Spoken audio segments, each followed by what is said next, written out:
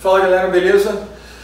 Hoje a gente vai falar sobre uma parada que é muito antiga, velha pra caramba, mas a galera hoje não tem ideia do que é. Mitologia. O que é essa parada de mitologia? O pessoal fica viajando, achando que filosofia, que mitologia é coisa que não serve pra nada, que é coisa vazia, que pra hoje em dia não tem funcionalidade nenhuma. Pois é, engano seu. O que a mitologia ela traz pra gente de especial? Ela traz conhecimento. Na vida tem duas formas de você aprender as coisas. Uma, você se ferrando, aprendendo, tomando na cabeça e a vida te dando porrada e você tendo que aprender, senão você cai e fica no chão pro resto da vida, igual o Rock Balboa falou. E a outra opção é você ver exemplos de outras pessoas que passaram por provações, que passaram por dificuldades. Quando alguém, em algum momento, criou os mitos, eles criaram isso para tentar trazer para a gente um conhecimento profundo do ser humano. E é por isso que eu vou tentar trazer para a nossa linguagem de hoje o que é mitologia. E a gente vai começar com a primeira parada que eu acho maneiraça, que tem tudo a ver com luta, tem tudo a ver com essa relação que a gente tem do controle emocional, que é o mito do Minotauro. Não é o Minotauro lutador do MMA, irmão do Minotouro, não. É do Minotauro antigo, da ilha de Creta. Existia um rei nessa ilha. O rei era extremamente poderoso, queria brigar com Atenas, queria brigar com todo mundo. Isso é coisa de rei, né? Egocêntrico. E na época eles acreditavam muito nessa coisa dos deuses, não era um deus igual hoje, monoteísta. Na Grécia Antiga eram vários deuses, e um deles era Poseidon. O cara fazia culto a Poseidon, e ele falou para Poseidon que ele queria ser o rei mais poderoso, tal, e para isso Poseidon falou assim: então você vai ter que sacrificar um boi. O que eu estou contando para vocês, galera, não é a parte do mito do Minotauro que todo mundo conhece, que é a parte do labirinto, que eu vou contar depois, mas é o início, que pouca gente sabe. Esse rei, ele recebeu de Poseidon um boi sagrado, que veio do mar, e que ele deveria sacrificar para Poseidon. E o que o rei fez? O boi era maravilhoso, era lindo, era um lindo touro gigantesco. Ele se apaixonou pelo animal, falou que aquele animal era maravilhoso, era o único animal no mundo que existia, e o cara foi lá e tentou enganar um deus. Ele tentou enganar Poseidon, sacrificando um outro touro e escondendo esse touro, que era um touro mágico, que veio dos mares, para ele. O que aconteceu? Foi por isso que Poseidon puniu ele, levando o filho dele a se tornar o Minotauro. Como que o Poseidon fez isso? Poseidon foi lá e fez a mulher dele se apaixonar pelo touro mágico, e a mulher dele teve um filho do touro que ela se apaixonou. Olha só o grau de vingança que os deuses tinham. Muito bem, agora vamos fazer uma análise dessa primeira parte do mito mais profunda, da metáfora que o mito remete. O que acontece? Quando a gente acredita que a gente quer alguma coisa, a gente acredita muito naquela frase de alcançar a qualquer custo, doa quem doer, não importa os fins justificam os meios. E a partir disso, ele quebrou um trato no qual ele demandou a sua palavra. E o que é a palavra do homem? É a honra, é a virtude, é o ser interior. Ele quebra aquilo em busca do seu ego, que é o quê? Ele quer alguma coisa, mas ele precisava fazer alguma coisa. É aquela dicotomia onde a gente briga no nosso eu interior. Sempre que eu falar mito, galera, sempre. Mito é um diálogo interno, é algo para você evoluir como ser humano. Não é só o heroísmo, não é só a parte mística, não. O importante do mito é isso, é você, ser humano, entender o que ele representa na sua evolução como ser. Voltando à história. O rei, ele representa o nosso ego. O rei representa dentro de você o que você faz muitas vezes pensando no que você quer e não no que você precisa. E para isso acaba subjugando ou atropelando as outras pessoas. E Poseidon dentro de você é necessariamente aquele anjinho, é a sua razão, que vai lá e fica no seu ouvido buzinando, Fala, nossa, você está fazendo uma coisa errada, cara. Esse não é o caminho.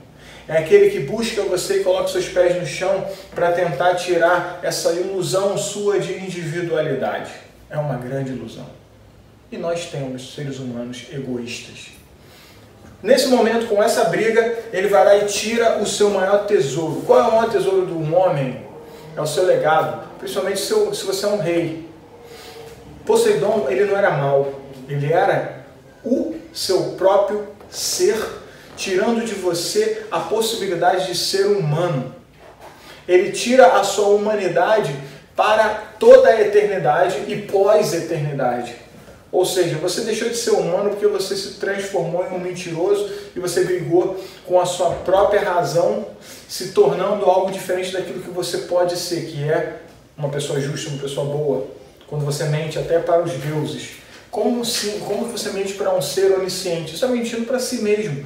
É o que você faz quando você vai se preterir de fazer algo certo. Como se alimentar melhor, como fazer exercício, como ser educado com as pessoas, como ser paciente.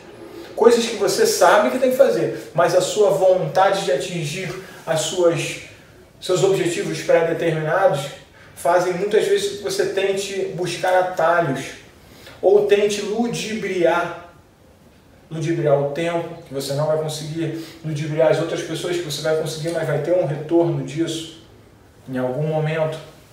E essa relação é o início da criação do Minotauro. Pronto. A mulher dele teve um filho que era um monstro. E o que você faz com o seu monstro? Ele pega o filho dele, que é um monstro, e ele enfia dentro de um labirinto escondido embaixo de um castelo. O que isso representa metaforicamente, galera? Você pegar o seu monstro e esconder dentro de um labirinto em cima de um castelo. É você escondendo dos outros o que você realmente é, as suas fraquezas, as suas deficiências, em cima de quê? De beleza, de pompa, de circunstância, de títulos. Exemplo disso, filósofos modernos. Você vê os filósofos modernos hoje, são cheios de informação, acumulando imensas gamas de variedades de conhecimentos, mas eles não operam nada. São infelizes, a grande maioria deles frustrados, infelizes. Por quê? Porque eles não são o que eles mostram, eles não são o castelo que eles colocam em cima de si para se mostrar algo superior aos outros, que eles pregam aquilo e mostram para todo mundo. Não, eles são o Minotauro infeliz, sozinho, preso num labirinto. Essa é a visão. Muito bem. Então surgiu essa relação. O rei de Creta tinha 2 filhos e ele perde um filho na guerra. Então ele fica só com aquele filho que era o filho que tinha sido amaldiçoado por ser filho da mulher dele com um minotauro que nasceu com a cabeça do minotauro e o corpo de homem. E era um ser carnívoro e cruel, um animal que estava escondido ali dentro. Ele perde a guerra. Acontece aquele processo todo, ele se enfraquece, mas o animal continua lá e ele não tem coragem de matá-lo porque é filho dele. E aí o que acontece? De tempos em tempos, a deusa Atena decide que o animal precisa de 7 sacrifícios. E aí o que são os 7 sacrifícios? Pensem, 7 sacrifícios. Segunda, terça, quarta, quinta, sexta, sábado, domingo. Coincidência? Não. Os 7 sacrifícios são os 7 dias da semana que você tem para tentar fazer com que valha a pena a sua existência. São os 7 dias que você tem, são as 7 horas ou 8 horas de trabalho que você tem, porque tem uma hora de almoço, que você tem para fazer a diferença, para fazer o sacrifício diário de se tornar algo melhor para o mundo que você vive. Você é uma célula no sistema, você não é só um indivíduo egocêntrico e egoísta que acha que é especial. Imagina que você faz parte do mundo, do universo. A gente está na Terra. A Terra é um planeta em um sistema solar que está dentro de uma galáxia e outras galáxias existem e outras possibilidades infinitas de vida existem, por que você acha que você é tão especial assim? Que não possa fazer um sacrifício por dia para se tornar menos minotauro e mais humano? Por que será? Por causa do seu ego. Mas a gente vai falar de ego depois. Muito bem, surgiu o animal. O rei morre, o animal permanece e a princesa Ariadne, que era uma princesa maravilhosa, encontra um sujeito chamado Teseu, que é um herói. O que é o herói? O herói não é aquele cara bonitão que você vê na televisão com o abdômen trincado. Não. O herói é aquele que doa o que ele tem de melhor. Porque isso é o heroísmo. Ser bom é um ato de coragem. Doar é um ato de coragem. Tem uma música que depois eu vou traduzir a música e fazer a interpretação dela, que vai falar sobre isso futuramente, mas vocês vão ver. E muito bem, Teseu decide enfrentar o Minotauro e resgatar essas vítimas que tentam fazer a alimentação do bicho lá os 7 dias. Os 7 indivíduos que são sacrificados. Muito bem, para isso ele iria ganhar a mão de Ariadne, sua princesa. E a sua princesa, que ainda não era sua princesa, entrega a ele um novelo de lã e uma espada mágica. O que representa essa relação? O que isso representa? Isso nada mais é do que você dentro de si mesmo sobrepujando o seu lado masculino e aceitando o seu lado feminino. Quando você fala do ser humano, homem, e existe o lado feminino e o lado masculino, a mulher também tem, tá? O lado masculino e feminino. Em algum momento você tem que encontrar o equilíbrio. Nós estamos acostumados a operar o nosso lado predominante e abafar o lado feminino no homem e abafar o lado masculino na mulher. O que são esses lados? No homem, o lado ativo, físico, teoricamente é o lado masculino, e o lado sensitivo, emocional, é o lado feminino. Quando Teseu recebe o novelo de lã, ele está sendo guiado, que o novelo de lã serve para guiar, guiado até onde ele tem que enfrentar os objetivos de vida dele pelo lado feminino. E o que é o lado feminino? A emoção, a paixão. O que isso representa, galera? Representa que quando você vai enfrentar os seus monstros diários, você tem que enfrentar esses 7 sacrifícios com o quê? Com o seu novelo de lã, que é o seu lado feminino. Não com a espada só. Porque a espada sozinha ela não opera na vida. Você não pode dar um soco no seu patrão. Você tem que fazer com que as pessoas amem você, e você para isso tem que pregar o amor, que é o sentimento mais poderoso, que está completamente associado ao lado feminino. Ariadne é o amor. É o amor de Teseu. É o que faz com que ele tenha paixão para vencer os desafios. Quando você tem um desafio na sua vida, se você tem paixão, se você se dedica, se você abraça aquilo com todo o seu coração, o seu lado feminino, você vence, porque você é irredutível. Você vai cair, vai se levantar, e você vai cair, vai se levantar, e você nunca vai desistir.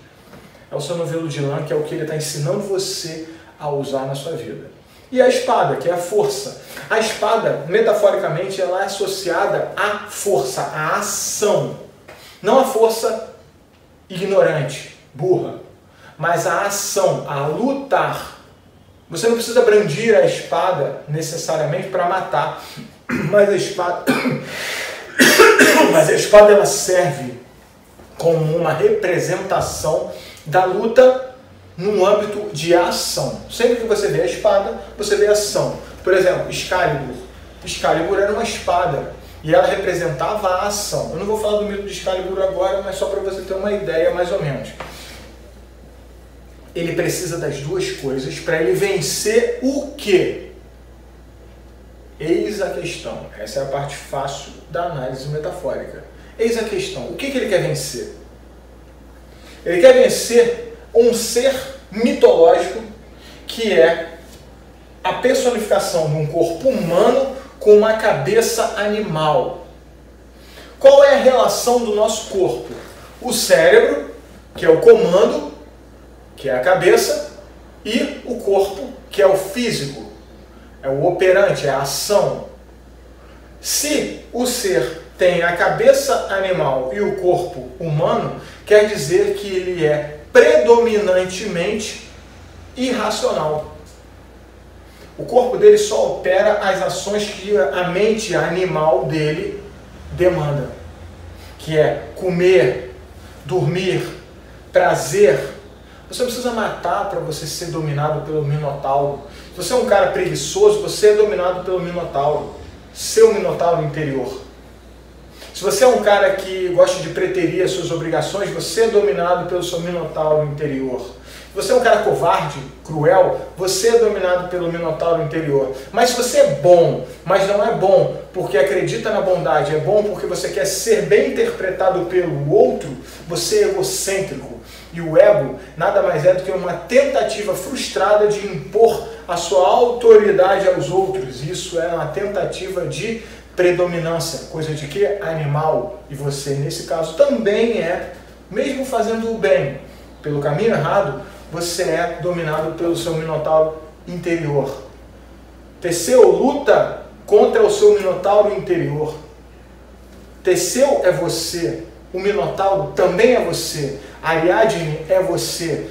Tudo isso acontece dentro da sua mente, fazendo com que você tenha que evoluir como ser humano, baseado nessa interpretação, e conseguir vencer o Minotauro e salvar as vítimas. O que é salvar as vítimas? É salvar os seus 7 dias, que é o que você tem, o tempo, Cronos. Já é um outro mito de Cronos, mas eu não vou falar agora, mas Cronos é o tempo. E o tempo é tão cruel que ele engole até os filhos. E se você não sabe lidar com ele, ele engole você também. Você tem que buscar salvar os atenienses 7 dias da semana, ou as 7 tentativas que você tem de ser um ser humano melhor. E quando Teseu vence o Minotauro, ele não venceu o Minotauro, ele venceu a si mesmo. Ele venceu a raiva, ele venceu a procrastinação, ele venceu a covardia, ele venceu o medo de ser melhor, de sair da zona de conforto, ele venceu a demanda exacerbada por prazer e autopreservação ou aceitação social, que é ego também. É isso que ele venceu. Baseado em quê? Baseado na ação, que é a espada, e no amor, paixão e dedicação associadas ao novelo de lã que ele recebeu de Ariadne, que é o amor da vida dele, que é o que faz ele se mover com a espada, que é a ação, e ter sucesso. Essa é a interpretação do mito do Minotauro.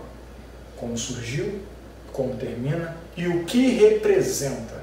Se você vê um mito hoje, qualquer, e acha que está falando de heroísmo, de vencer um monstro, não, você está errado, meu chapa. É sempre ajudando você a se tornar um ser humano melhor. Aprenda a enxergar. A sua visão, ela não é o que você olha, mas é o que você vê. Enxergue e você vai conseguir entender o que vem por trás daquilo que é o óbvio.